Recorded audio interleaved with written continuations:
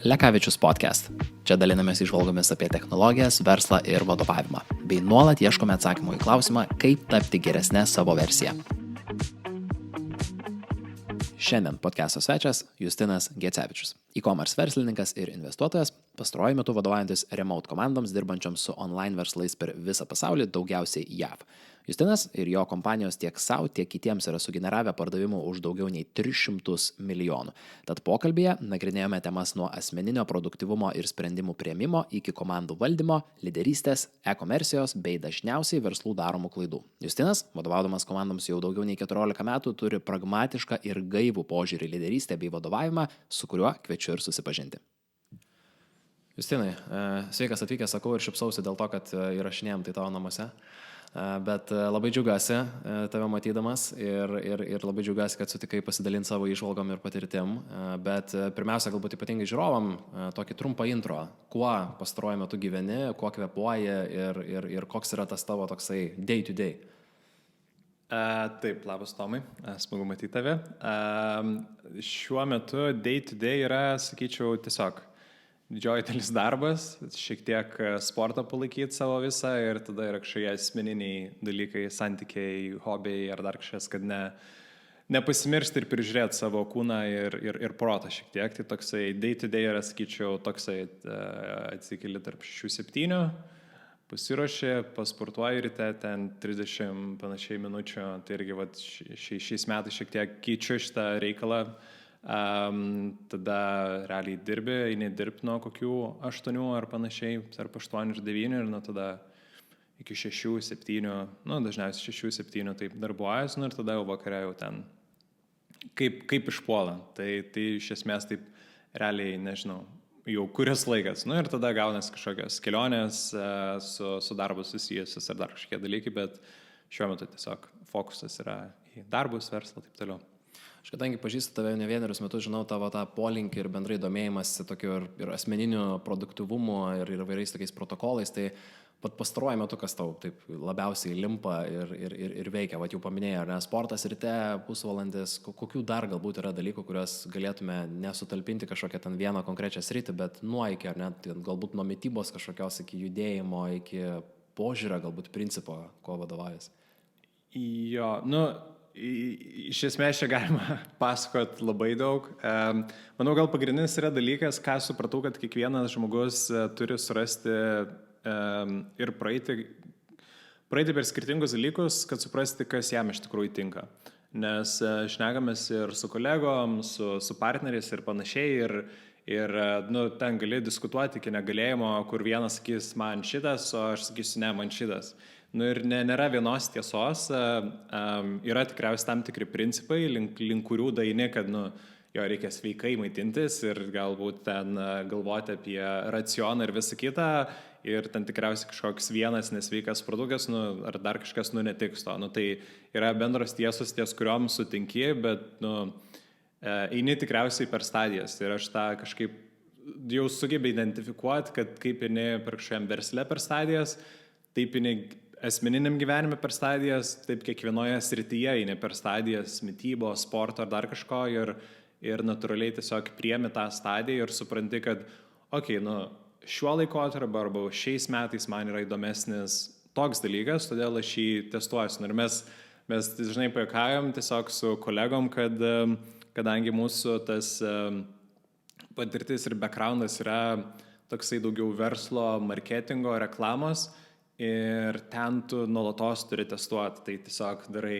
A-B testą ir nuo to judi toliau. Tai mes tiesiog juokavom, kad mes lygiai taip pat visam gyvenime, kad šiandien šiuo metu aš testuoju tokius dalykus valgau ir žiūriu, kaip aš jaučiuosi. Arba ten dabar aš ten geriu kavą, tik tai tokią ir tokią, arba ten vėliau negeriu kavos, ten, nežinau, kofeino tabletes kažkokias, arba dabar ten matcha ar arbatą. Ir tiesiog žiūriu, kaip jaučiuosi, nes, manau, tiesiog skirtingi kūnai, skirtingi etapai irgi turi didelės įtakos, tai aš sakyčiau, kad aš tą tokį jau galvoju aktyviai ir planuoju ir mąstau gal 7-8 metai.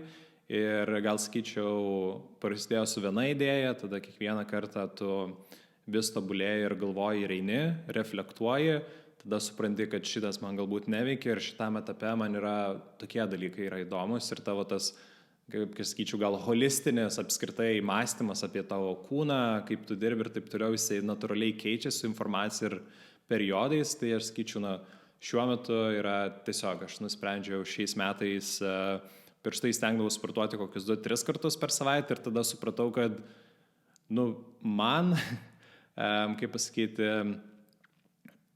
man iš esmės tos dienos, kur nesportuoju, kaip ir viskas tvarkoja, tada gaunasi, bet tada po dienos nesportavimo vėl reikia iš naujo prisiversti sportuoti kitą dieną.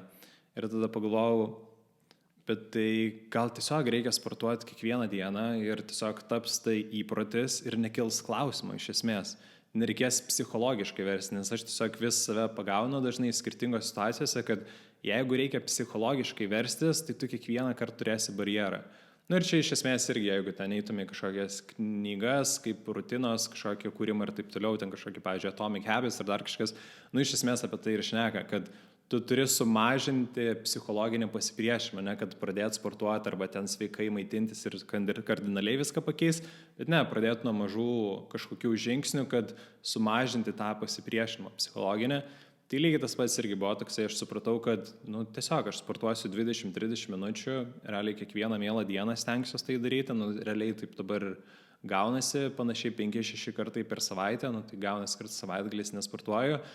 Tai man tai patinka, nes aš tai gerai jaučiuosi, nes visą laiką jaučiuosi kažko pasiekęs, tai nebereikia galvoti, kad 2-3 kartus pasportuoju, nes tikrai pasportuoju, nes kiekvieną dieną stengiuosi tą daryti.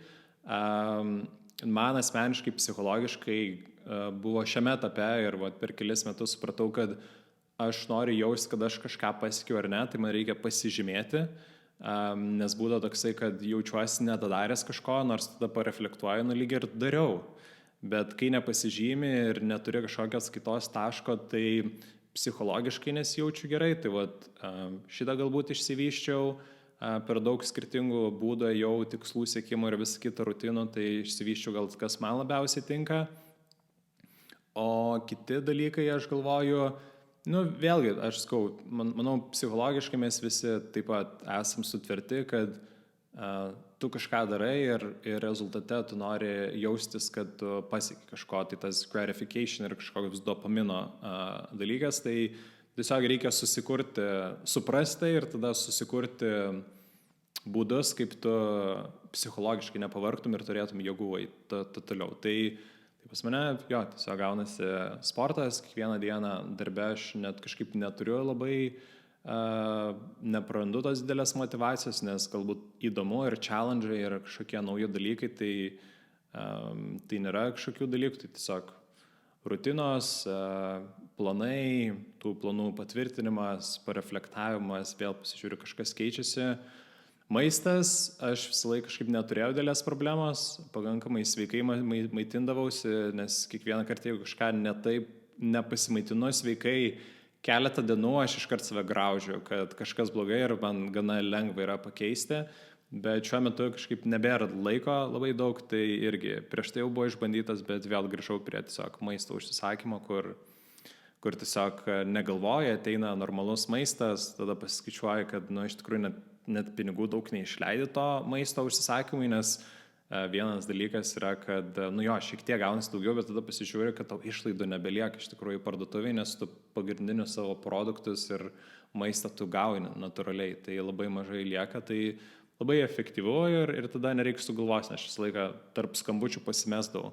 Toksai galvoju, turiu 30 minučių, reikia dabar kažką pasidaryti valgyti, bet nesąmonio, kažkaip nesinori valgyti, tada tu apsikrauni, susinervini ir toksai nereikalingas stresas, susinervinęs ir galvoju, tiesiog užsakysiu, nereikės sugalvos ir tiesiog gyvensiu paprasčiau ir tiesiog pradėti vertinti tą tokią flow, tą gal tokį gyvenimo dienos, savaičių ir taip toliau, kad tuo labiau nori mėgautis, negu psichologinių kažkokių barjerų sukurti. Čia ir kartu labai geras tas bendra tokia linija apie tą eksperimentavimą bendrai ir testavimą, kas man labai patiko.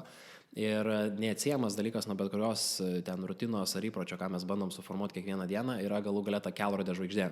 Ką mes iš tikrųjų siekiam ir irgi užsiminė apie tą tokį skirtingą prieimą prie tų tikslų.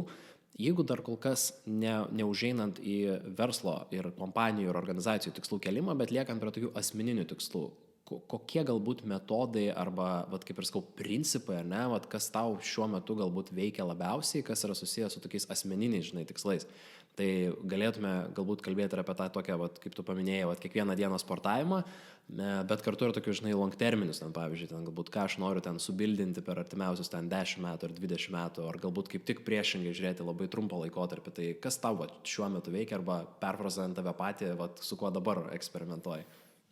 Tai aš irgi taip pareflektavau, tai šituo dar galvoju prieš atsakant, tai vėlgi, aš taip tikriausiai netgi surašiu pirmosius savo užrašus tikslų prieš kokius 8 metus, kur taip aktyviai pradėjau viską rašytis, savo metinius tikslus ir atsimenu, pirmieji mano metiniai tikslai buvo gal 40, aš jų turėjau.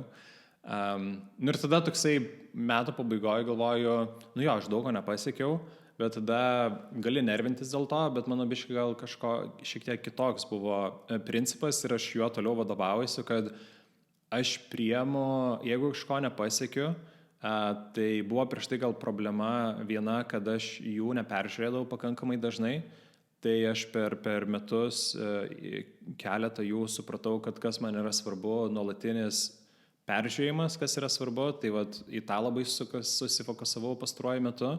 O jeigu nepasiekdavau, tai būdavo irgi kita pusė, kad negrauž savęs, o priim, kad dalykai keičiasi ir metų pradžioje, jeigu tu galvoji, kad tu ten, nežinau, nori užkopti kažkokią viršūnę, metų eigoje tavo gyvenimas gali pasikeisti ir tiesiog tas tavo tikslas gal jisai tampa nebeaktualus iš esmės. Ir galbūt tau bus tokį patį džiaugsmą teiks, nežinau, apeiti aplink Vilnių, ten kažkiek ten tų kilometrų ir panašiai. Ir natūraliai, koks yra tavo esminis tikslas, ar tu nori tiesiog tau tai teikia, nes tai yra tiesiog tikslas, kurį tu visą laiką svajoji, ar tas tikslas yra susijęs tiesiog su tavo sveika gyvensena ir tiek. Tai, aš kažkaip nebegrūzinu savęs šitoj vietoje labai daug ir perėjau link to, kad, man svarbu yra nuolatinis peržiūrimas ir galvojimas, tai vienas yra dalykas, aš turiu kažkokias kategorijas iš esmės, tikslų, kur ten yra asmeniniai, sakykime, galbūt santykiai, tada yra sportas, ten, sakykime, yra verslo, tada yra finansų, tada yra galbūt šeimos, tada yra tiesiog hobi ir dar kažkas. Tai yra tam tikros kategorijos, kurias įvairiai galima, jų yra ten gal iki 12, bet galima susimažinti iki kokių 6-8 svarbiausių. Ir tada pagal tai gali po keletą tikslų ar panašiai išsikelti jam, arba gali kai kurias praleisti. Visai buvo įdomi mintis, kurią girdėjau ir šnekėjom nesenai su žmona, kad neatsimenu mokymus ar podcastą kažkokį klausiau, kur yra gyvenimo etapai, kuriuose tam tikros gyvenimo kategorijos ir dalis yra tikriausiai netiek svarbios ir tu natūraliai turi psichologiškai priimti tokį atsakymą, kad šiuo metu tai nėra svarbu ir aš neturiu nervintis dėl to ir tiek. Tai jeigu iš tavo šitame etape yra svarbiausias, nežinau, ten karjera ir gyvenimo būdas ir taip toliau, o, pavyzdžiui, santykiai yra, tau irgi yra svarbus, bet, tu išlaikai iki tam tikro lygio ir tiek. Tai tu išlaikai, kad tie santykiai toliau būtų geri, jie vystytus ir panašiai, bet jeigu tavo tikslas dabar nėra ten turėti vaikų ar dar kažkas, tai tiesiog natūraliai tas reitingas arba ką tu darai dėl tų santykių jis yra šiek tiek kitoks. Ir jeigu ten, nežinau, su antrąja pusė jūs esat on the same page, kaip sakoma, ir abu sutinkat ar dar kažką, tai su to yra viskas puiku ir tavo tiesiog tas laikas ir tikslai šiek tiek keičiasi ir natūraliai tada tu investuoji tai, kas yra tau šiuo gyvenimo etapu svarbu iš esmės. Tai man sakyčiau, tas ypač psichologinis buvo labai svarbus, kur tiesiog gerai jaustis, negrūzint savęs, kad kažko pasiekiai ar nepasiekiai ir tada suprasti, kad kas iš tikrųjų yra svarbu ir kodėl man tai yra svarbu tose kategorijose. Ir galbūt yra tikslai, o kartais yra tiesiog rutinos. Tai, pavyzdžiui, ten kokiam sportui ar mytyboj. Man iš esmės šiuo metu yra svarbu tiesiog palaikyti, man svarbu yra tiesiog gerai jaustis. Tai vienas yra gerai jaustis ir klausimas, o ką reiškia gerai jaustis. Tai, aš nesiekiu eiti į sporto salę ten kiekvieną dieną po valandą ar 2. Man užtenka kiekvieną dieną tiesiog po 20-30 minučių savo kūną projudinti, sustiprinti tam tikrus raumenis. Ir, pavyzdžiui, mano kitas tikslas yra kiekvieną savaitę pridėti 1 arba 2 didesnės kardio sesijas. Natūraliai link to daryti, nes aš tiesiog noriu treniruoti širdį, galbūt aš norėsiu vėliau kažką rimtesnio sudalyvauti ir panašiai. Tai man, kas veikia rutinų peržiūrėjimas, turėjimas tų tikslų, ketvirtinių kažkokių tikslų įsivardinimas ir tada kas savaitę, kas mėnesį persižiūrėti. Ir kitas, pavyzdžiui, šiais metais, kas man svarbu yra, tai daugiau tokia su intencija viską daryti, nes prieš tai turėjau ten tą noriu pasiekti ir šiais metais tiesiog pradėjau galvoti, kad aš nemažai keliavau, bet keliavau vietas, kurios man galbūt nėra būtinai įdomios. Ir šiais metais aš tiesiog, aš noriu keliauti, bet noriu keliauti vietas dėl kažko. Gal jeigu man yra įdomus ten muziejai ar dar kažkas, tai aš keliauju ten į Londoną kokį, nes jisai turi daugiausia muziejų ir panašiai. Jeigu man įdomu kelionė yra kažkoks kopinėjimas ar dar kažkas, ar pamatyti kažką, tai, pavyzdžiui, viena iš tikslų, aš norėčiau keliauti į Norvegiją, pamatyti fjordus ir ten pavaikščioti, pabūt, pahaikinti ir panašiai. Tai arba ten, nežinau, nukeliauti kažkokią įdomią šalį, nes mano ten kolega iš ten yra ir aš noriu tiesiog pažinti tą kultūrą. Tai toks labiau intensinis, su intencija keliavimas arba tikslai šiais metais yra. Ir aš turiu gal savo tokį bucket listą, kur asmeninis yra. Tai tiesiog nuolatinis tų dalykų prisiminimas ir natūraliai, kai aš prisimenu juos, aš tada juos natūraliai ir įsiplanuoju pas save. Tai man tokie dalykai veikia. Prieš gal toks, kaip aš tai anksčiau darydavau ir kas dabar man veikia, tai aš praėjau per skirtingas stadijas, turėjau užrašų knygutes, tada turėjau performance coacherį, kuris ten turėjo metodus sudaręs ir viskas buvo online, ten Exceliai, kiekvieną dieną trekinimas ir panašiai, bet galutinai aš norėjau vienas dalykas ranka rašyti, bet norėjau ir online vėliau, kad galėčiau iš bet kurio savo įrenginio pasiekti. Tai aš ten turėjau ir tam tikrus, yra toks rocketbookas, kur tu rašai, nusifotkinai, nueina į folderį, kažkaip biški sudėtinga buvo, tai pakeičiau, tada keičiau, gavau dovanų, dabar neatsiminsiu kaip vadinasi, bet panašus kaip iPadą, bet jis grinai daugiau yra tiesiog rašymui, skečinimui ir panašiai. Gana populiarus, man patiko, nes kažkaip limitavo ir dajau iki to, kad aš naudoju iPadą, turiu appsą tokį Notability, turiu sukūręs template'us, susibilinę savo template'us ir tiesiog aš savo iPadą realiai naudoju rašymai. Aš rašausi, reflektuoju ir taip toliau. Tai man veikia šiuo metu. Jau aš tą naudoju virš metų, džiaugiuosi dėl to. Tai toksai, aš manau, kiekvienas turi pereiti per tai ir pažinti save ir supras, kas veikia ir kas tuo metu yra svarbu. Tai tas nebijot domėtis, nebijot eksperimentuoti ir neužgrūzinti savęs, kai nepasiseka kažkas tiesiog. Ta cikliškumo idėja šiaip iš tikrųjų man yra labai irgi artima ir jinai tiek istoriškai, filosofiškai yra nuo ten karo ir taikos metų iki metų laikų ir lietuviam ypatingai mums tas yra kažkaip savaime suprantama, kad tokie yra ten kažkas ilgesnės dienos, trumpesnės dienos, ten daugiau į darbą, daugiau į ten šeimą arba laisvalaikį.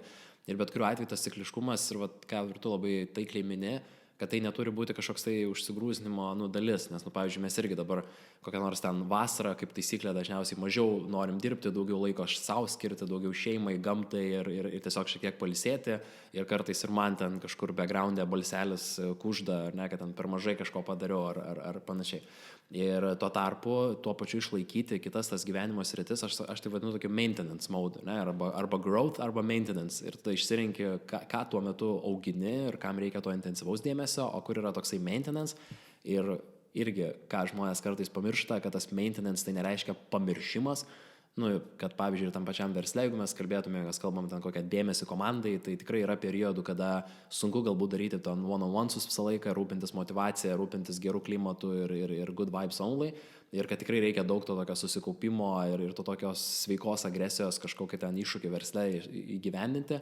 Bet kad nereiškia, kad mes numetam tą žmogišką dalį ir iš vis nepamirštam. Vis tiek yra toks kažkoks maintenance dalykas, kurio mes vis tiek tą palaikom.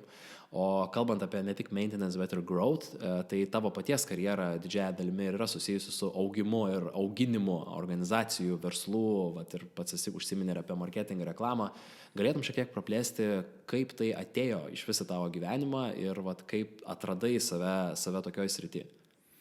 Taip, tai labai greitai taip sustatant viską į kategorijas ir link ko aš jau ir kaip dajau, tai kai dabar žiūriu šiek tiek atgal, tai taip gana aiškus periodai matosi ir jie iš tikrųjų gana sustrateguoti. Aš dabar kaip galvoju buvo, kad aš kaip ir mėčiausi tam tikrų metu, bet dabar taip kaip pagalvoju, kad labai aiškus etapai buvo ir jie tokie su intencija, gal net sakyčiau, buvo. Tai jeigu taip greit praeinant, tai iš esmės aš norėjau būti profesionalus sportininkas, futbolininkas ilgą laiką ir man sportas labai gerai sekėsi ir aš tai labai daug investavau laiko ir kažkaip taip gavosi, jog patyriau traumą panašiai 16 metų ir kažkaip nežinau, per kartais pasišnekam su tėvais ir dar su kažkuo, kad aš kažkaip labai nesusinervinau ir nepraradau motyvacijos, kažkaip taip natūraliai gavosi, kad aš kaip ir, kaip sakyti, ir į mokslą buvau, ir man visai gerai sekėsi, ir mokiausi, ir visą kitą. Tai gavosi taip, kad natūraliai aš kažkaip pakrypau su mokslu susijusiais keletą projektų daryti ir tada nuėjau tokiai daugiau socialinę veiklą į organizacijas nevyriausybinės dar 16 metų ir taip gavosi, kad įdomu, čia pats viską gali daryti ir visą kitą ir prisijungiau prie tokios Lietuvos moksleivių sąjungos ir ten kiekvienas miestas realiai buvo kaip ir turėjo savo skyrių, tai aš ten šiek tiek pasisavanoriavau keletą mėnesių ir buvo rinkimai ir tapau vadovu, tai iš esmės metam tapau vadovu ir tada ten ir su finansais, ir žmonių valdymu, ir žmonių paieška, jau tada jau ir projektų darimu, renginių organizavimu, mokymais, konferencijom ir panašiai, tai prasidėjo iš esmės ir gavosi, kad kaip ir visai neblogai sekėsi, tai metus taip teko komandas valdyti ir nuo ten 30 iki 50 žmonių, organizuoti renginius iki kelių šimtų žmonių, tai visai buvo toksai įdomus periodas, aišku, tada jau ten 12 klasė ir visą kitą kažkaip jau baigėsi ir tada išvykau studijuoti ir natūraliai gavosi, kad kurie ten šitos pačios organizacijos pažįstami buvo, sakau, ką Vilniui veikti, sakau, kažką panašaus susijus, sakau, aš kaip ir studijuosiu, čia taip gavosi kaip ir su verslu, nusprendžiau studijuoti ir panašiai, sakau, ką galima, kur natūraliai galėčiau pats daryti ir eiti ir panašiai. Ir sako, va, čia su valdybė galima, galėjai ten į tokias ir tokias organizacijas, sakau, o nėra kas nors, kas prie verslo būtų arčiau, kad, sakau, man praktiškai būtų naudinga iš esmės.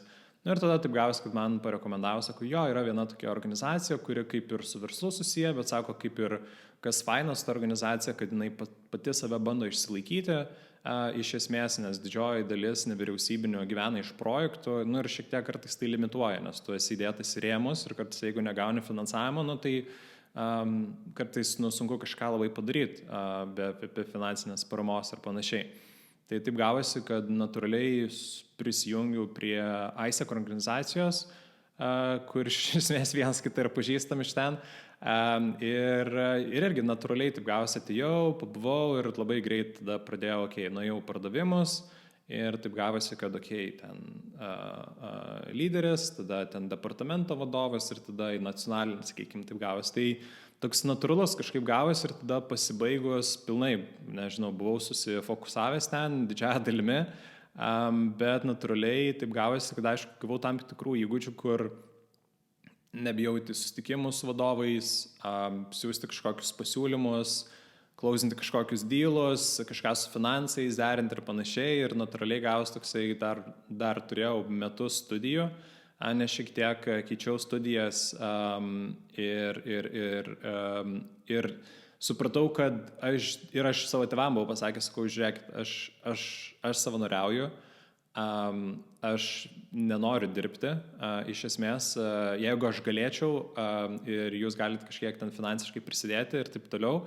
Ir aš jiem parodžiau ir jie patys galbūt matė, nes irgi su verslu yra susiję ir tiesiog pamatė, kad kokius kontaktus, kokias žinias ir ką aš sugebu padaryti savanoriaudamas per trumpą laikotarpį ir aš jiem tiesiog parodžiau, kad sakau, man didesnę naudą duoda šitos savanorystės, kur aš negaunu pinigų, bet sakau, jeigu aš eisiu dabar ir dirbsiu kažkokį vadybinį darbą, kur aš ten būsiu įdėtas ir ten, nežinau, kažkokius minimalius dalykus turėsiu, sakau, žiūrėkit, aš vadovauju žmonėm, aš organizuoju renginius, projektus, kur aš su vadovais grynai susitinku ir aš manau, kad pabaigus visą šitą aš arba per juos galėsiu prieiti ir susiras darbą, daug geresnį negu būčiau dirbęs prieš tai, ten porą metų ar panašiai kažkokiai junior pozicijai. Nu ir natūraliai taip gavos, kad užbaigiau ir tada galvoju, okay, reikia gal į šitas internshipą kažkokį varyti per organizaciją, kažkaip nesigavo. Ir tada nusprendžiau, okay, vis tiek kažką noriu pakeliauti, nes nelabai turėjau daug galimybių, tai nusprendžiau patranzuoti, galvoju tranzuoti, nenoriu tiesiog tranzuoti, man toksai laiko švaistimas pasirodė, tiesiog kelionė. Ir sakau, kad gal pabandyti pasidaryti interviu su žmonėm iš startupų, iš verslo ir panašiai. Tai gavosi, kad aš suorganizavau mytų, tranzavau ir per didžiuosius miestus Europos ir pasidariau, jeigu neklystu, kokį apie 12 ar 15 interviu su skirtingais vadovais. Ir čia buvo, aišku, vienas dalykas ir asmeninių interesų vedimas, kad geriau suprasti, kaip tas verslas iš tikrųjų yra daromas, kokios problemos susikuria ir panašiai, nes buvo planas tokia kaip ir projektai galbūt po to paleisti edukacinį ir panašiai, kas kaip ir nebeįvyko, bet buvo labai daug įdomių, nes tiesiog kartojus, tos pačios problemos, tie patys dalykai, panašus pokalbiai ir panašiai. Tai buvo gera tokia idėja, ir tada grįžęs gavosi, reikėjo pabaigti pusę dar metų ir tada bakalaurą rašyti. Ir aš toksai galvoju, kažkaip tuo metu labai daug sekiau visokių keliautojų, videomakerių, vlogerių vadinamų. Ir aš galvoju, fainai, ten keliauja po Aziją, daro vidosus, uždirba ir taip toliau. Galvoju, aš irgi noriu kažką daryti tokio, kur nebūčiau apribotas vieta. Ir galvoju, kas tai galėtų būti. Ir kažkaip nusprendžiau, kad gal marketingas būtų kažkas tokio. Ir aš kažkaip taip pats nusprendžiau pradėti ieškoti kursų. Tai suradau keletą kursų, žiūrėjau daug YouTube'o žiūrėjau, pirkausi kursus įvairiose vietose ir panašiai. Tai buvo toksai intensyvus, gerų 2-3 mėnesių mokymasis asmeniškai, tada kažkaip ir kursiokai keli prisijungė, jiem įdomu buvo, tai mes kažkaip tokią grupelę pasidarėm ir taip gavosi, kad tada galvoju, jau išmokau, turiu teorinių žinių, reikia praktinių, o marketingui reikia biudžeto kažkokio, savo nenoriu pinigų leisti ir nelabai jų dar turiu, tai reikia kažkokių kitų žmonių pinigus leisti, galvoju, man kaip ir praktikos dar nereikia, bet galvoju, tikrai aš nemanau, kad mano žinios yra, už kurias galėčiau jų prašyti, kad mokėtų man kažkas kaip atlyginimą. Galvoju, reikia susirasti praktiką tiesiog, pasižiūrėti, ir tada matysis. Tai taip kažkaip parašiau mūsų šitos ICE alumnių grupę ir gavosi taip, kad vienas alumnius, kuris sako, mes čia su viena agentūra darom tokį projektą, aš galiu jų užklausti, gal jiems bus įdomu. Tai taip gavęs, kad tiesiog gavau praktiką, keletą mėnesių buvau praktikoje vienoje didžiausių agentūrų ir seniausių Lietuvoje, jie kaip tik digitalo dalį šiek tiek vystė. Tai turėjau gana didelę laisvę tokią ir jiems buvo kažkaip visai įdomu, parodžiau, kad esu gana iniciatyvus ir nebijau kalbėti ir taip toliau. Ir taip gavęs, kad jie man pasiūlė darbą. Atsimenu, dar tada buvo, neatsimenu, keli metai, sausio mėnesis ir nuo vasario pradėjau dirbti ir iš esmės tada gal kovo mėnesį savo tėvams kūriau internetinę parduotuvę jau, tada kažką dar dariau, ten kažkokį dropshippingą galvojau, kūriau, ten ieškojau taip toliau ir gavosi, kad gegužės ar birželio mėnesį aš jau išėjau, nes tiesiog, tėvų parduotuvė yra, jinai kaip ir jau sėkmingai veikia, aš kažkiek ten gaunu finansų ar panašiai ir gavosi, kad išeinant jau man pati iš tos agentūros keletą žmonių tiesiog parekomendavo mane man parekomendavo keletą klientų ir jie tapo tiesiog klientais. Aš tiesiog gavau vieną klientą, kuriam dariau website, video kūriau, leidau adsus ir gavosi, kad aš 3 mėnesių jau turėjau atlyginimą, ką aš būčiau gavęs iš agentūros. Tikrai per 3 mėnesius kažką sugalvosiu ir ten susiplanuosiu, nes tiesiog vienas klientas, padarysiu jam ir turėsiu pilną dar laiko. Tai iš esmės taip ir gavosi, kad buvo tėvų šopas, buvo klientas ir tada tiesiog sudėliau tokį proposalą savo, nebuvo man jokių problemų, kaip sakyti, daryti skambučius, selinti savo paslaugas ir taip gavosi, kad pradėjau reklamą daryti, ten restoranam, konsultuoti žmonės, kažkokius šopus biški bildinti ir panašiai. Tai apie metus taip dariau ir tada su iš esmės baiginėjom bakalaurą ir su kažkaip kursioku susitikom, visiškai prieš tai per daug nebendravom, bet buvo panašus šitie pomėgiai, jisai savo verslus turėjo ir sakom, neįdomu, tai Lietuva kaip ir viską žinom, reikia kažkokio didesnio challenge. Tai nusprendėm su savo, nes viską mokėmės užsienį iš esmės, tai galvom, reikia kažką į užsienį daryti. Tai va, taip ir prasidėjo mūsų agentūros kelionė, tai buvo ten, išsianalizavom visą rinką per Upworką, apsimetėm, kad esam patys pirkėjai, pasižiūrėjom, kas kokius siūlymus daro, kokios kainos, kokie pasiūlymai, taip toliau, supratom, kad galim tikrai geriau tą padaryti. Ir prasidėjo, tiesiog kiekvieną dieną žiūrėdavau, kokie yra skelbimai ir visus juos aplaindavau, darydavau video kiekvienam skelbimui, nes matėm, kad visi tik tais tekstą daro. Tai filmuodavau video, siūsdavau, ir atsirado pirmieji klientai. Ir nuo to po truputį ir viskas toliau bildinasi, tai pamatėm su agentūra per keletą metų, kad mes galim ir galim užauginti, ir galim rimtai užauginti ir gana greitai. Perpratom visą rinką iš esmės ir tada next challenge buvo, reikia savo kažką daryti. Tai nes supratom, kad limitacija yra iš klientų, nes mes ne tik marketingą darom, bet augant verslui suprantam, kad yra labai daug verslo problemų, kas yra žmonių samdymas, finansai, naujų produktų galbūt paleidimas, optimizavimas verslo, strateginiai dalykai, kaip struktūra ir panašiai. Tai mes kaip sakyt, klientai vyresni už mus, bet be jokio didelio backgroundo, kažkokio know-how arba studijų, tai mes su studijos galbūt iš kitą pusę buvo ir supratom, kad kai ką studijavom, iš esmės galim pritaikyti ir matom, nes patys taikom ir matom, kad klientai turi taikyti. Tai tie, kurie klausydavos ir darydavo, tai tikrai turim labai sėkmingų pavyzdžių, kur ten nuo keliasdešimt tūkstančių iki kelių šimtų tūkstančių apyvarta paauga per 3-6 mėnesius. Turėjom klientą, kur ten nuo 1 milijono iki 20 milijonų per realiai 9 mėnesius paliko užauginti ir panašiai. Ir jie tada tampa jau tokie 10 ir tada jau supranti, kad tikriausiai jau kažką suprantu, bet ta limitacija būdavo, kad atsiremdavom visą laiką į klientų mindsetą, edukaciją ir visą kitą. Tai taip knyga atsirado iš tokios idėjos, kad pradėjome analizuoti, ką žmonės domisi, kaip jie supranta, pamatėm patternus ir panašiai, tai knygą parašėm tos idėjos vedami ir challenges buvo tiesiog paleist savo, kur jeigu mes norėsim rizikuoti, tai mes rizikuosim, jeigu nerizikuosim, tada nerizikuosim, viskas bus mūsų rankose. Tai pastaruosius 2 metus taip ir auginam savo e-komercijos verslą, sakyčiau, visai sėkmingai einasi. Manau, šiais metais pavyks netgi iki 20-30 milijonų pasiekti per porą metų jau apyvartą ir manau, kad toliau gal net bus dar daugiau. Tai matom, kad tas know-how ir idėjos ir suvokimas, kurį turim, jis atsiperka iš esmės ir tai toksai naujas challenge'as, kuris mus motyvuoja judėti prieki.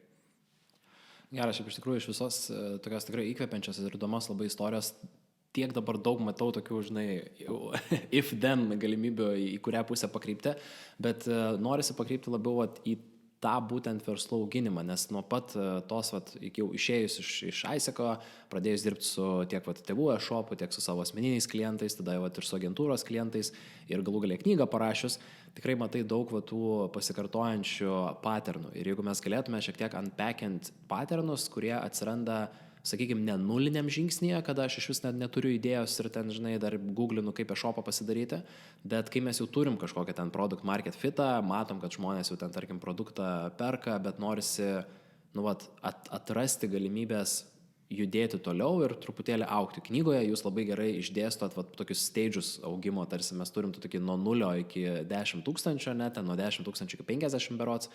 Ir ten irgi jūs kalbat ir apie tokius sparks, kas galėtų toks labiausiai ta kliūtis, kurių galėtų pašalinti augimą.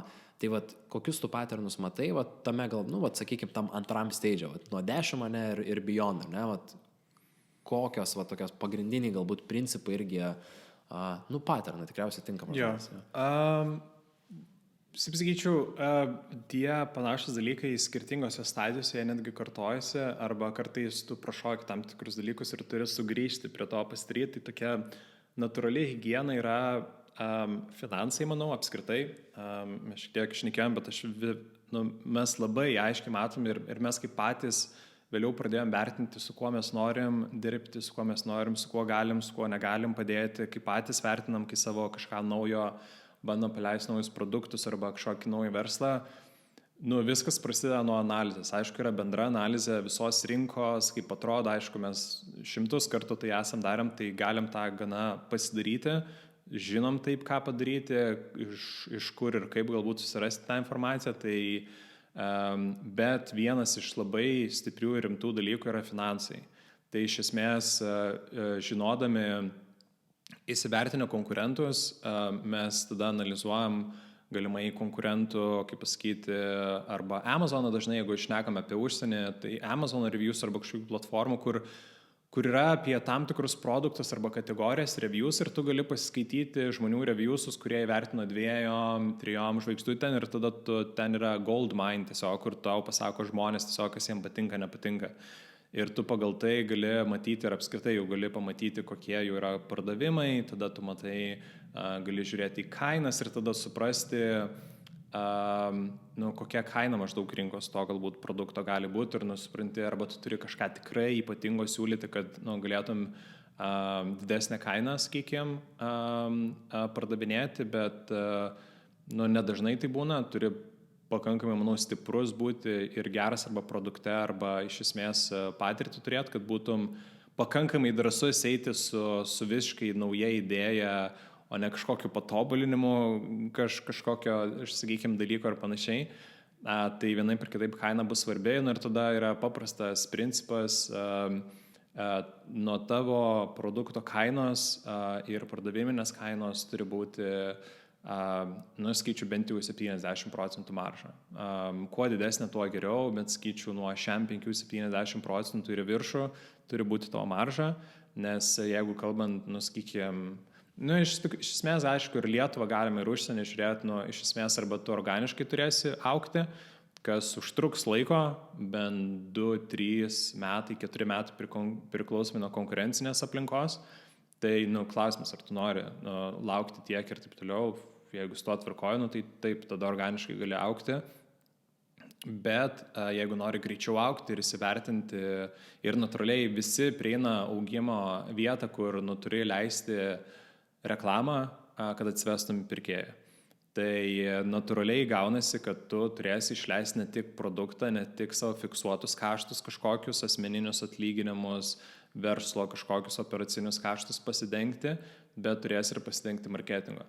Tai natūraliai priklausomai nuo kategorijos, taip toliau marketingas tikrai nemažai suvalgęs pinigų, tai nors skaičiau gali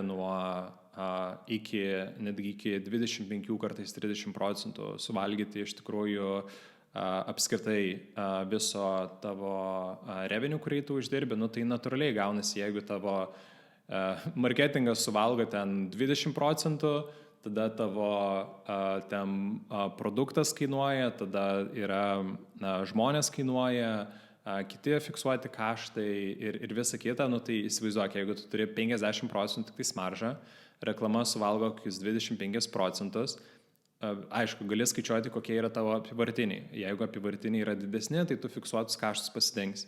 Bet jeigu tavo apivartiniai yra kokie ten 20 000, 10 000 produktui, ten, sakykime, reklamai kokie 5 000 nenueina, lieka 5 000 iš esmės, tai tau reikia atlyginimus kažkokius susimokėti, savo susimokėti, kažkokius dar pasidengti kaštus, tai iš esmės pinigų nebėra. Tai aišku, jeigu apyvarta yra didesnė, tai tavo galbūt tie fiksuotai kaštai ir su ta likusiu procentinė dalimi lieka, bet iš esmės, natūrali matematika. Tai, žinai, jeigu tau yra 70% tavo marža, tai 30% produkto kaina, žinai, reklama tada gali atimti kokius 25-30%, tada turi ten 30-40%, tai dalis nueis dar kažkokiam išlaidom ir tavo profitas liks ten, sakykime, 20-15-10% ir panašiai. Tai labai yra svarbi ta dalis, kurios dažnai žmonės negalvoja ir nesupranta, bet, kaip sakyt, be pinigų tu nieko nepadarysi, tai tavo finansai tikrai turi būti apgalvoti. Tai aš skaičiu tikrai didelę dalį šitoj, ir tada nežinau, kaip ir visur kitur, investuoti laiką, analizuoti, nebijoti klausti, kartais pasisamdyti kažkokį žmogų, pasimti konsultantą, sumokėti kartais ir ten, jeigu ar tai keliasdešimt ar keli šimtus, sakykime, eurų už konsultaciją, bet iš esmės tas tau žmogus su patirtim pasakys, jeigu atsinesi su konkrečiu planu arba kažkokia idėja, jis tau pasakys, kur eiti ir neit. Vienas dalykas, sutaupysi laiko ir tikriausiai finansus. Tai iš esmės tikrai nebijoti klausti, tiek esi mažas, tiek esi didelis, mes lygiai tą patį darom, tiesiog tos sumos natūraliai auga, kai tavo dydis didėja, nes patirties reikia didesnės, tai iš esmės kartais reikia mokėti ir tūkstančiais, ir netgi galbūt 10 000 už tam tikrus konsultacijas ar kažkokius įsivertinimo projektus, bet tada tu supranti, kad jie tau atsipirks iš esmės. Tai tikrai nebijoti investuoti laiko į researchą ir į žmonių samdymą, finansų dalis. Vėlgi, mes visi turime įsivertinti ir mes patys visą laiką vertinam, kokios yra mūsų stiprybės ir silpnybės. Ir mes tiesiog turim savo psichologiškai irgi priimti, kad mes visur nebūsim geri. Tai jeigu tu esi kažkoks produkto žmogus ar tavo yra stiprioji pusė yra produktinė arba kažkokia operacinė, tai natūraliai tu stiprus tame ir būsi.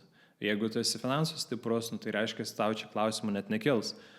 Bet reiškia, tu neturėsi know-how galbūt marketingė.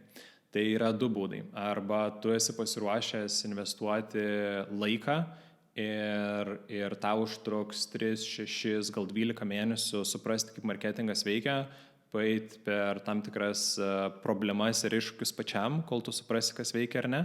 Bet tai užtruks laiko, arba natūraliai tada, tu turi know-how iki tam tikro lygio, bet tu samdaisi kažką ir judidi greičiau.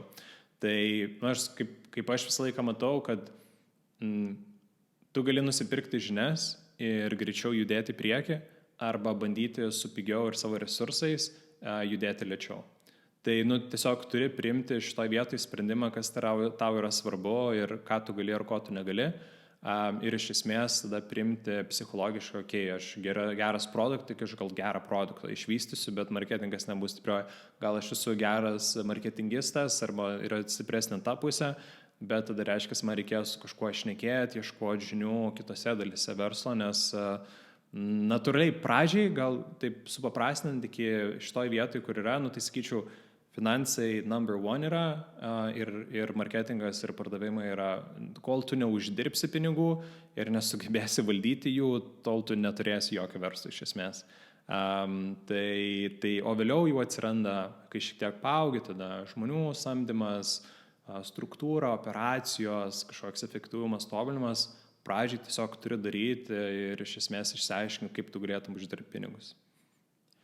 Nes mes kalbam iš tiesų kartais apie tokias vietas, kurios ne iki galo yra visiems tokias super akivaizdžios. Pavyzdžiui, labai geras pastebėjimas yra dėl tų žinių, kad užtrunka ilgiau, jeigu įgyji pats, bet gali realiai nusipirkti. Arba, kaip sakant, kreiptis į žmogų, kurio atsakymai yra kokybiškesni negu tuos atsakymus, kuriuos turi šiuo metu.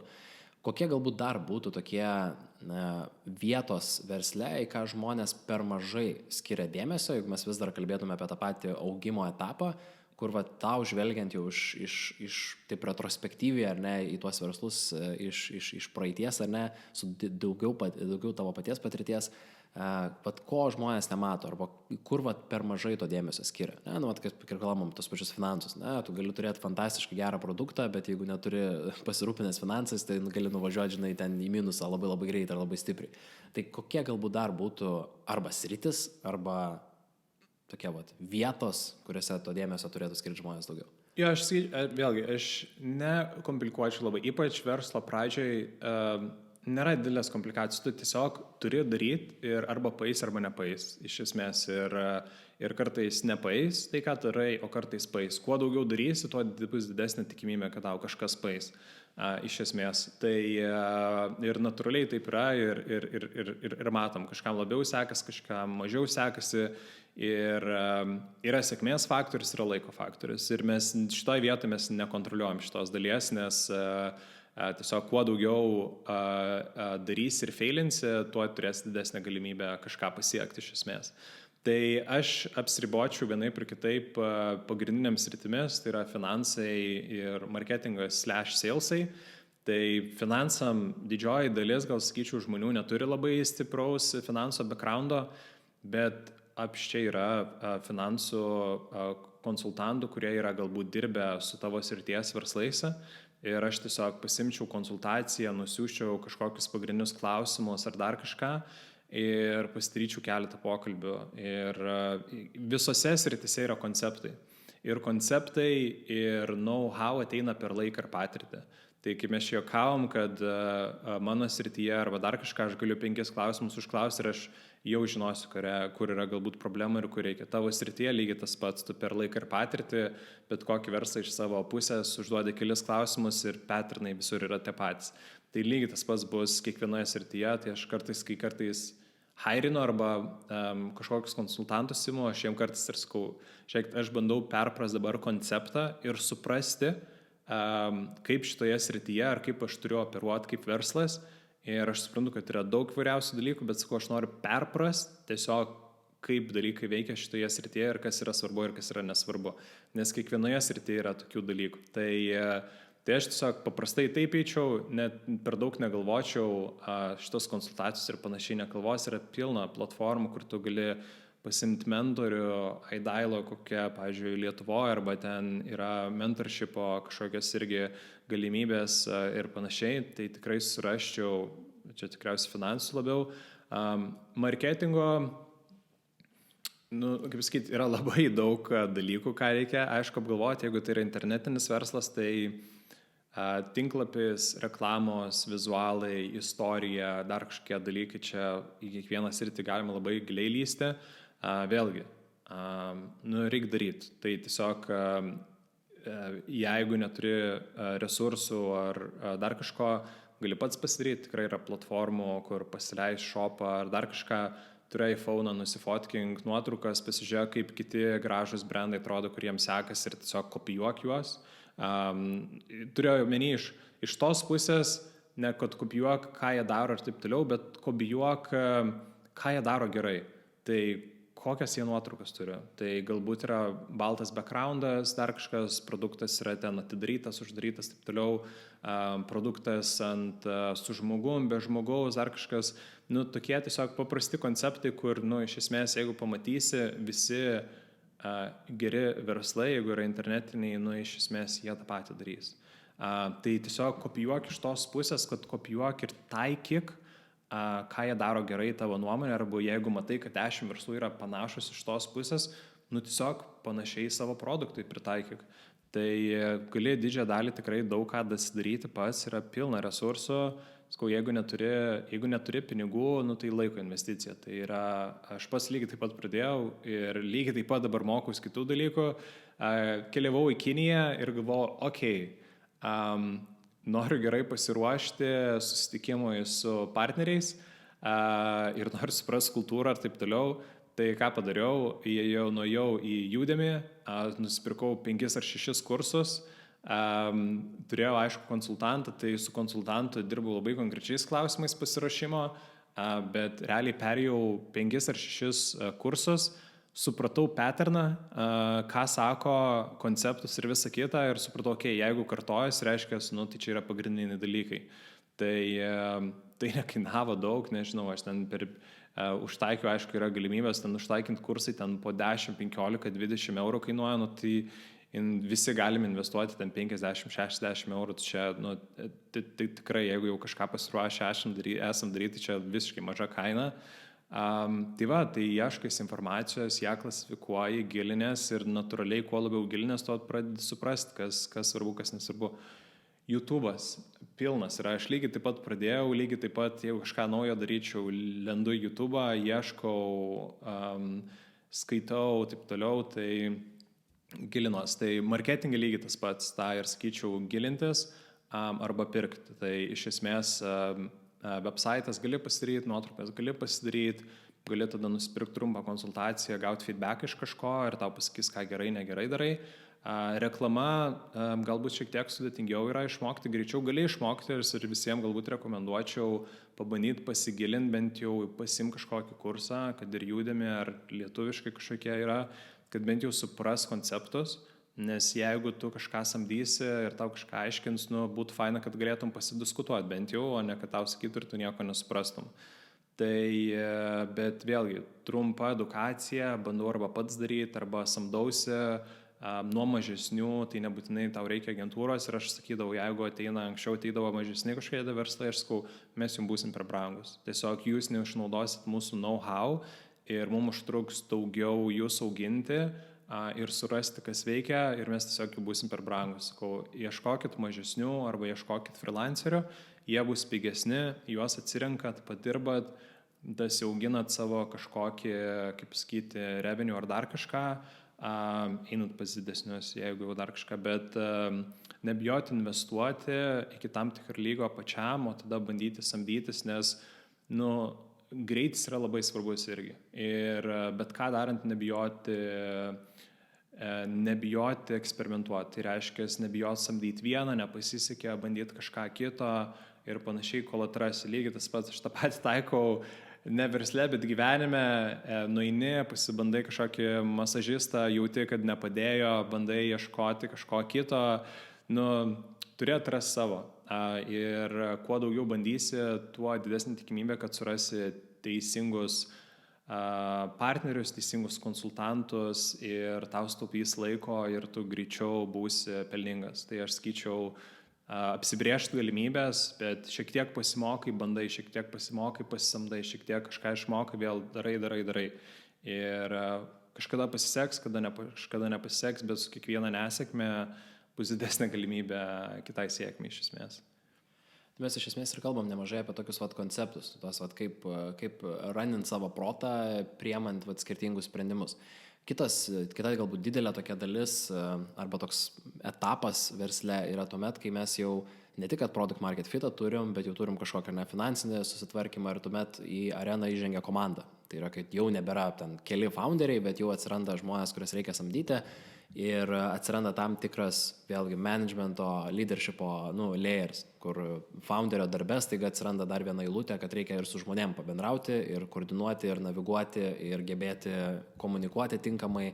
Kokie tavo patirtį, vadovaujant labai tikrai įvairioms komandoms, nuo išvis paauglystės ir nevyriausybinio organizacijų ir studentavimo, iki dabar tuo pačiu ir remote, nutolusių komandų, tarptautinių komandų, kokie tie principai, kuriais tu vadovaujas ir kas tau geriausiai veikia, kai mes kalbam apie lyderystę ir vadovavimą žmonėms?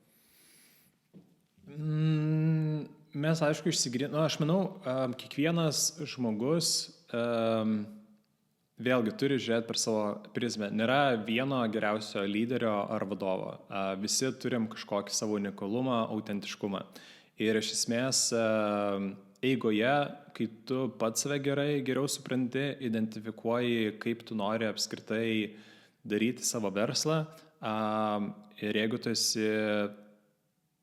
tu supranti savo autentiškumą, tiek savo, tiek verslo, tu susikuri tą kultūrą, kažkokį brand identity savo viduje ir tu jį aiškini. Vienas dalykas jį pristatai, kai žmonės samdai, kitas dalykas, kai tu su jais darai interviu ir juos, sakykime, priiminėjai į darbą ir tu jiem aiškini ir tu natūraliai, jeigu tiem žmonėm yra, jie kaip familiarūs yra su tais konceptais ir jiem yra tai artima, jie pas tave ateis. Jeigu jiem yra tai neartima ir jie yra visiškai kitokie, jie tikriausiai pas tave neis arba tu nematysi juose tai, ko to ieškai.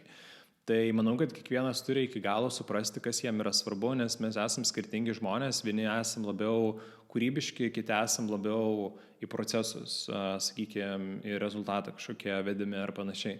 Tai manau, reikia save suprasti ir suprasti, kad toks, koks tu esi vadovas, kitas vadovas gali būti visiškai kitoks. Ir jeigu jau ten šiek tiek galvoti toliau, kai jeigu tu tampi vadovas ir ateini iki to lygio, kai tu gali samdyti vietoj savęs vadovus arba gali vietoj savęs apskritai vadovą įmonei pasisamdyti, tai nemažai literatūros ir šiaip yra apie kas yra kalbama ir mokymų ir taip toliau, kad visi kalbat apie tą patį, kad tu turi paleisti. Iš esmės turi paleisti ir suprasti, kad tas žmogus nebus kopija identiška tavo. Ir iki galutinio rezultato, to sėkmės arba galutinio kažkokio taško yra šimtai būdų, kaip iki tu jų gali nueiti. Ir tu turi priimti savo ir žiūrint kažkokias verslo laidas ar dar kažkas ir visą laiką yra kalbama, kad didžiausia problema bus žmogui tiesiog paleisti ir leisti tam žmogui veikti. Tu turi jam suteikti žinių, turi jam duoti patarimų, informacijos, turi tam pačiam žinių lygmenį būti, informacijos apsikeitimo, bet tu turi jam leisti priimti jau savo sprendimus. Tai grįžtant iki to klausimo, kai, sakykime, pats samdais ir panašiai, tai yra tiesiog pati pradžia, tu tiesiog identifikuoji, kas tu esi, ką tu nori, kaip tu nori visą tai daryti. Mes tiesiog nusprendėm viską daryti nuotoliniu būdu ir remote komandas turėti. Tai nereiškia, kad negalima jų turėti vietoj, turėti office ir daryti lygiai tą patį. Tai tiesiog kas tau yra artimiau kaip vadovai ir tu nori turėti komandą čia ir jausti saugiau ar ten dar kažką ir panašiai. Tu gal nori turėti office, į kurį nuvažiuoji ir matai, kaip žmonės dirba. Čia visiškai nėra jokio skirtumo ir visi modeliai yra galimi. Grįžtant tiesiog prie principų, kas tau yra svarbu. Mum asmeniškai mes, kai su pirmu partneriu pradėjom, sakykime, verslą daryti agentūros, aišku, panašumų buvo panašių, kaip mes matom dalykus, bet mes tikrai labai daug šnekėjom apie esminius dalykus, kokie mes žmonės esam ir kas yra mums svarbu. Nes kas gaunasi galutinėme etape, jeigu esi ne vienas, turi partnerį arba vėliau samdaisi žmonės, kad jeigu tau yra svarbu rezultatai ir greitis, o tas žmogus yra labiau kūrybiškas ir panašiai, tai tu gali būti, kad tu atsidursi tokioje situacijoje ir galvosi, kad tas žmogus nedirba ar dar kažką, nes tiesiog jis kitaip dirba ir tau yra tai neprimtina iš esmės. Ir turi tai, iš pat pradžių gal to nesuprasi, vėliau per patirtį tai ateis ir pamatysi, bet mūsų principai, kaip mes dirbam ir mes kaip žmonės dirbam, kaip darbe, bet ką mes darytume, yra labai panašus ir prioritetai yra panašus, kaip mes matom, tai iš esmės mes taip ir hairinam. Tai, pavyzdžiui, mūsų atveju yra labai svarbus yra rezultatai, tai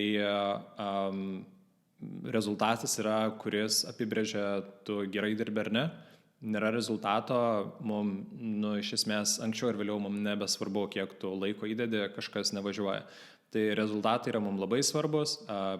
Kitas yra svarbus, kad, kaip mes vadinam, yra knyga, tokio US Marine, vadinasi Extreme Ownership.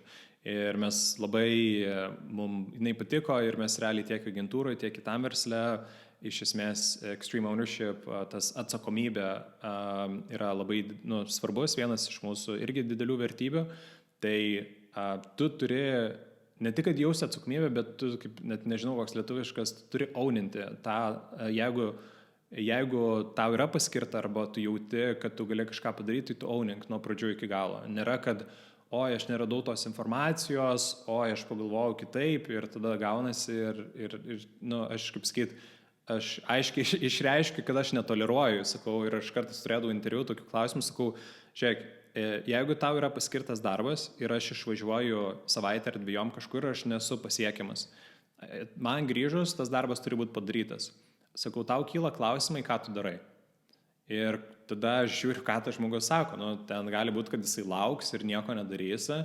Ir būna tokių, kad tu, jeigu turi savaitinę susitikimą, tu kažką apsituri ir savaitės, jeigu jie iškilo kažkokia problema tam žmogui ir jis nejuda į priekį, kol neateini į mytą ir pasako, aš nepadariau, nes neturėjau tos informacijos. Ir tai galėjai paklausti, bandyk, ieškok, kažką daryk. Iš esmės, tai toksai, tas Extreme Ownership mums labai yra artimas. Vėlgi, užsispyrimas gal artimas šitam, bet toksai užsispyrimas, kad, paimk, jeigu aš tau nesakau, galvok savo galvą ir padaryk nuo pradžių iki galo. Stenkis tai padaryti, mes turime matyti, kad žmonės patys nori, patys ieško, patys pristato, patys ne tik pristato problemas, bet mes labai stengiamės,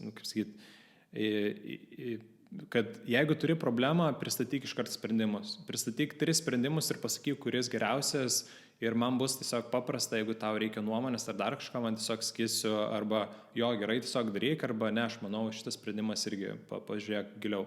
Tai mums tokie, tikrai mums tiek mes patys taip operuojam ir taip taikom, taip mes savo visai komandai. Tai iš esmės šitais principais mes esame ir vedimi.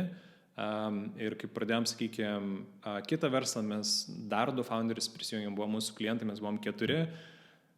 Tu neįsivaizduoji, kiek mes laiko skiriam, kad išsigryninti vertybės ir panašius dalykus, nes mes skirtingo amžiaus esam, mūsų tarp kitų founderių yra apie 10 metų skirtumas, mes esam iš skirtingų šalių, skirtingose gyvenimo etapuose, tai bent keletą mėnesių aš kūriau pats formas, nes man artimiau yra, aš kūriau klausimus, visą kitą ir prašiau, kad visi atsakytų, visi peržiūrėtų, vėliau pakomentuotų, mes susilainintume ir vos nepasirašytume, kad mes visi apsikeitėm tą informaciją ir mes esam on the same page. Nes buvo tokia situacija, kur mes galvojame eiti su vienais, su vienu verslu arba su kitu ir supratom, kad su šitais nenorime eiti, nes tiesiog matom, bus psichologinių barjerų, nes buvo kitas verslas, jie daugiau Lietuvoje veikia ir mes su jais norėjome į užsienį išeiti, nes žinojom tam tikras rinkas ir taip toliau ir nusprendėme eiti su kitais partneriais, nes jie užsienį visą laiką veikia ir supratom, kad bus daug psichologinių barjerų su tais, kurie iš Lietuvos eina, nes mes per daug metų praėjom tai ir supratom, kad neturim laiko ir nenorim šitos dalykus eiti ir tiesiog pasirinkom tokį kelią, kad tiesiog apskritai yra daug labai psichologinio darbo su savim ir ypač su kitais. Tai turi labai save suprasti ir žinoti ir turi būti užtikrintas, ką tu darai, nes tavo verslas, tai, ką tu darai, yra tiesiog ir reprezentacija tavęs kaip žmogaus iš esmės. Labai įdomu užčiapiai tą psichologinių barjerų momentą ir ypač tą pasirinkimo dalį, kada rinkotės, su kuo foundint. Ar atpažinai, arba, sakykime, kokius konkrečiai tuos barjerus atpažinai tų lietuvių founderių, kuriuos, atsakai, norint plėstis į užsienį, taip jau akivaizdžiai, lemputė dega, kad čia jau bus problemų, ateityje. Tai kokie tie maždaug tie psichologiniai barjerai iškėjo? Aš manau, ir aš matau iš tikrųjų panašius dalykus su žmonėm, čia net nesu verslu susiję, čia apskritai yra su žmogaus psichologija, kur žmogus... paimkim bet kokį darbuotoją. Žmogus visą laiką dirbo darbą Lietuvoje, buvo samdomas darbuotojas ir panašiai. Ir jis pakankamai turi žinių, galbūt jis anglų kalba kažkokius dalykus darė ir dabar jis turi pasirinkimą. Dabar šiais laikais pasaulis yra visas atviras. Tu gali dirbti su bet kuria šalimi, su bet kuria rinka iš esmės kaip specialistas. Jeigu moki anglų kalbą, čia yra laiko klausimas tavo klientų suradimo arba tapimo laisvai samdomo darbuotojo iš esmės. Bet jeigu tai pasigilinti ir kartais pradedi galvoti ir žiūrėti ir šnekėti su žmonėm ir supranti, kad sako, aš nerandu darbo arba ten kažkokie neįdomus darbai arba projektai ar dar kažkas, ir tai kodėl tu negali mokytis kažko arba eiti į užsienį, kurkis profilį, investuok tą laiką ir panašiai. Ir tada atsiranda, mano nepakankamai geros žinios, mano nepakankamai gera anglų kalba, ten tas ir anas ir panašiai. Ir žmonės susikuria patys savo psichologinių barjerų, kodėl jie negali vietoj to, kad, aš pabandysiu tiesiog. Ir verslė yra lygiai tas pats, kad taip, žiūrint į rinkas, vienas dalykas bus kultūrinis klausimas, galime eiti į Europos skirtingas rinkas, Vokietija, Prancūzija, Ispanija ar panašiai, dar kažkur kitur ir supranti, kad kultūriškai jos yra skirtingos šalis ir tu nežinai visko. Ir arba tu bandai perprast ar panašiai, tai kultūrinis barjeras. Kalbos barjeras gali būti, rinkos suvokimas, jeigu pasižiūrėsim irgi nemažai mėgstu paklausyti, ką lietuviai daro ir panašiai, keletą laidų ir panašiai. Iš esmės, kiekviena šalis turi savo, kaip operuoja. Kiekvienoje šalyje, iš esmės, jeigu mes galvotume apie internetinius verslus, kiekviena šalis turi kažkokius tos vadinamos surinkėjus finansų, tai payment providerius. Tai Lietuvoje gal mes yra banklinkai, yra galbūt Paysera kažkam artimesnis ir panašiai. Vokietijoje bus kitokie. Anglijai bus kitokie, Amerikoje bus kitoks dalykas. Ir yra legalumo kažkokie klausimai. Ir tie atsiranda barjerai, kur žmonės tiesiog, oi, aš nebijau, aš nežinau, aš bijau, ar dar kažką, tada vėlgi konkurencija galbūt yra kitokia. Tai reiškia, tavo finansinė investicija gali būti visiškai kitokia. Žingsniai, per kuriuos turėsi pereiti, kad, kaip save pristatyti, kaip rodyti, kaip komunikuoti, kokia reklama, koks websaitas, kaip supras, kaip tobulinti ir panašiai. Tiesiog visa konkurencinė aplinka yra visai kitokia ir tiesiog tu supranti, kad tam užtruks laiko ir teoriškai tau sunku yra, aš kaip visą laiką sakau, mes arba galim skaityti ir mokytis, kad supras kažkokias dalykas, arba mes turim patirti. Ir kartais perskaityti neužtenka, tu turėsi bendrą suvokimą, bet tau reikės patirti, kol tu pilnai suprasi kažkokį dalyką. Tai iš esmės gavęs toksai, kad mes išmoksim, bet tai užtruks laiko. Ir viskas yra tiesiog mūsų galvoje kartais ir mes nesuprasim, kad mes kartais klausom, kad sako, mes ten kažkokie verslai bandėm Latvijoje, Lenkijoje, dar kažkas ir mes klausomės per kokias jie patirtis eina ir žinias. Ir tada galvojam, mes galėsim, negalėsim. Ir vienas dalykas yra, kad kuo tu galbūt labiau augi, tuo tu labiau supranti, kad resursai, tiek laiko, tiek finansiniai, bet ką paleidžiant yra būtini, jeigu tu nori užtikrinti, kad galbūt tau pasiseks ar ne. Ir jeigu tu dažnai Lietuvoje, jeigu nesi labai kažko daręs, ar panašiai Lietuvoje galbūt yra kitam tikro lygio viską lengviau padaryti, nes tu žinai rinką, tu čia gyveni, tu pažįsti žmonės, tu žinai finansų kažkokią dalis, tu tiesiog tame operuoji. Užsienyje viskas galimai bus kitaip iš esmės ir tu turi pakeisti savo mindsetą šitoje vietoje, kad tu nieko nežinai, arba tu sakai, aš nieko nežinau ir aš bandau, arba aš tiesiog nieko nežinau ir aš bijau. Tai tiesiog tampa, kad tiesiog turi bandyti ir eiti, užsibrėžti kažkokius tikslus, minimalius, ir čia viskas grįžta į gyvenimą. Iš esmės tai, kad aš ten nebandysiu dabar tapti kažkoks ten Ironmanas ar čempionas, ne, aš pradėsiu po truputį sportuoti, tai tu užsibrėži vieną tikslą, daeini iki jo, surinki informaciją, iki jo daėjai, nauja informacija, nauji dalykai, tai su verslu yra visiškai identiškai ir mes tiesiog paskestam kartais savo baimėse, iš esmės asmeninėse ir su verslu yra lygiai tas pats, kad tu vieną kartą nepavyko, kažką išmokai, ir tada pasižiūri, bandysi, nebandysi, mes lygiai tą patį, ten pabandėm, Amerikoje šiaip veikiam pagrindę, bet pabandėm į Australiją eit, supratom, yra reguliacinė visiškai kitokia bazė, mums tai netinka, mus tai riboja nuo augimo, supratom, kad nenorim, nedarysim ir tiesiog uždarėm ir viskas. Galbūt ateityje sugrįšim, bet tiesiog nusprendėm, pabandėm, pasitestavom, supratom, kad nenorim, mums nepakeliuoj, uždarėm, bandom kažką naujo. Jo, galbūt nepasisekė, neuždirbom, praradom kažkiek pinigų ar dar kažko, bet kažką išmokom, kitą kartą kitaip darysim. Tai iš esmės visur tas pats yra, tu eini ir mokais, tiesiog reikia nebijoti.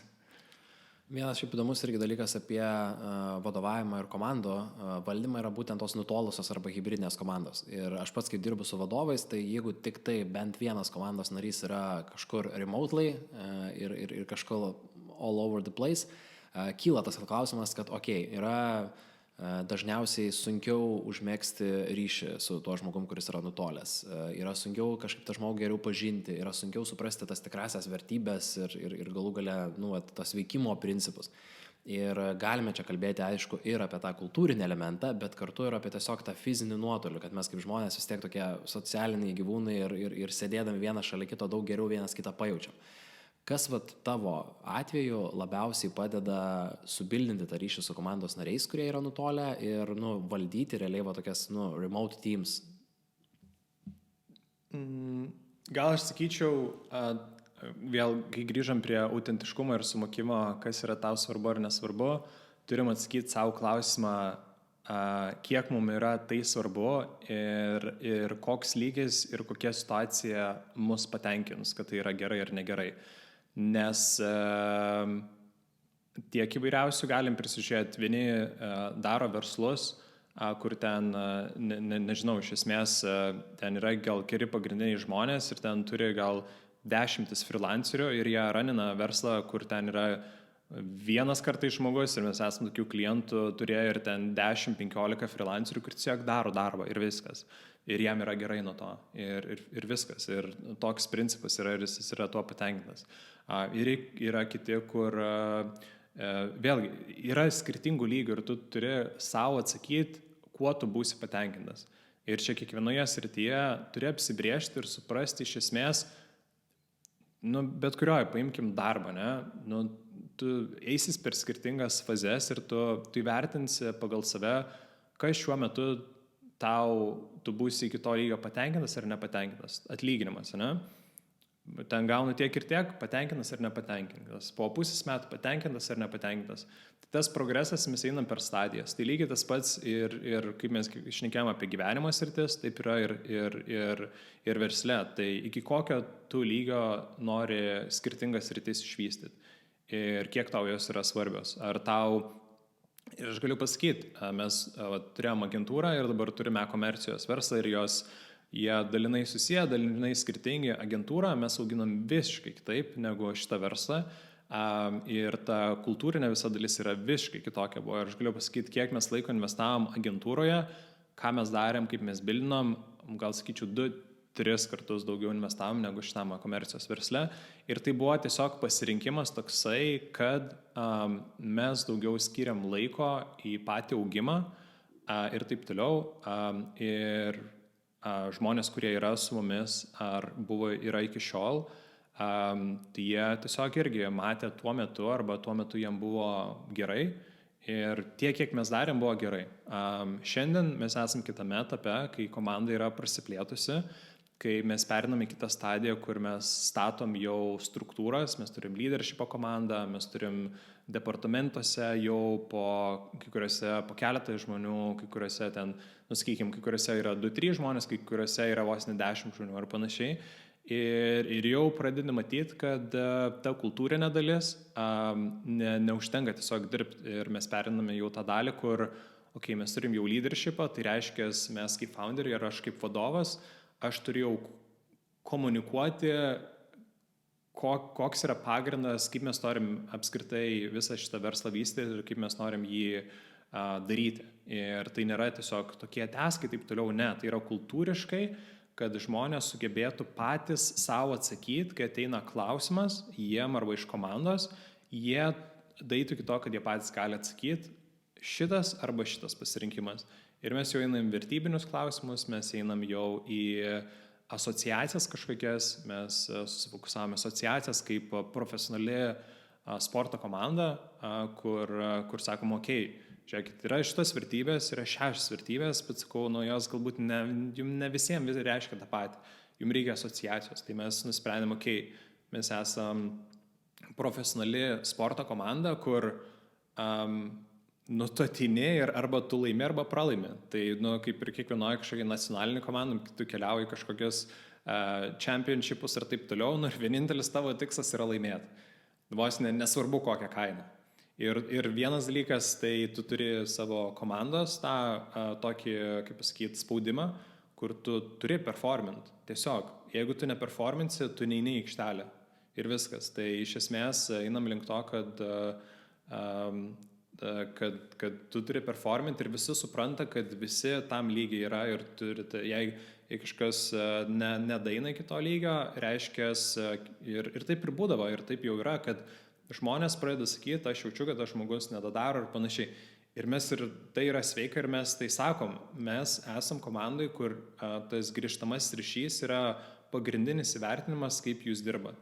Ir yra tvarkoje, jeigu tave kritikuoja arba sako, kad tu kažko nedarėjai, tu vėluoji į mytą ar dar kažkas, tai tvarkoje, mūsų reiškia, tie žmonės daro, kodėl tu turi nedaryti. Jeigu mūsų yra tokie standartai, vėlgi, bet kokioj sporto komandai, tu esi aikštelėje, jeigu tu kažko nepadarėjai, mes ten, nešaukiam ar dar kažko, bet kur gali būti ypač sporte ir tu turi labai trumpą laiką, yra emocijos. Tai tu arba darai, arba nedarai ir tave gali apšaukti, tave ten dar gali kažką padaryti.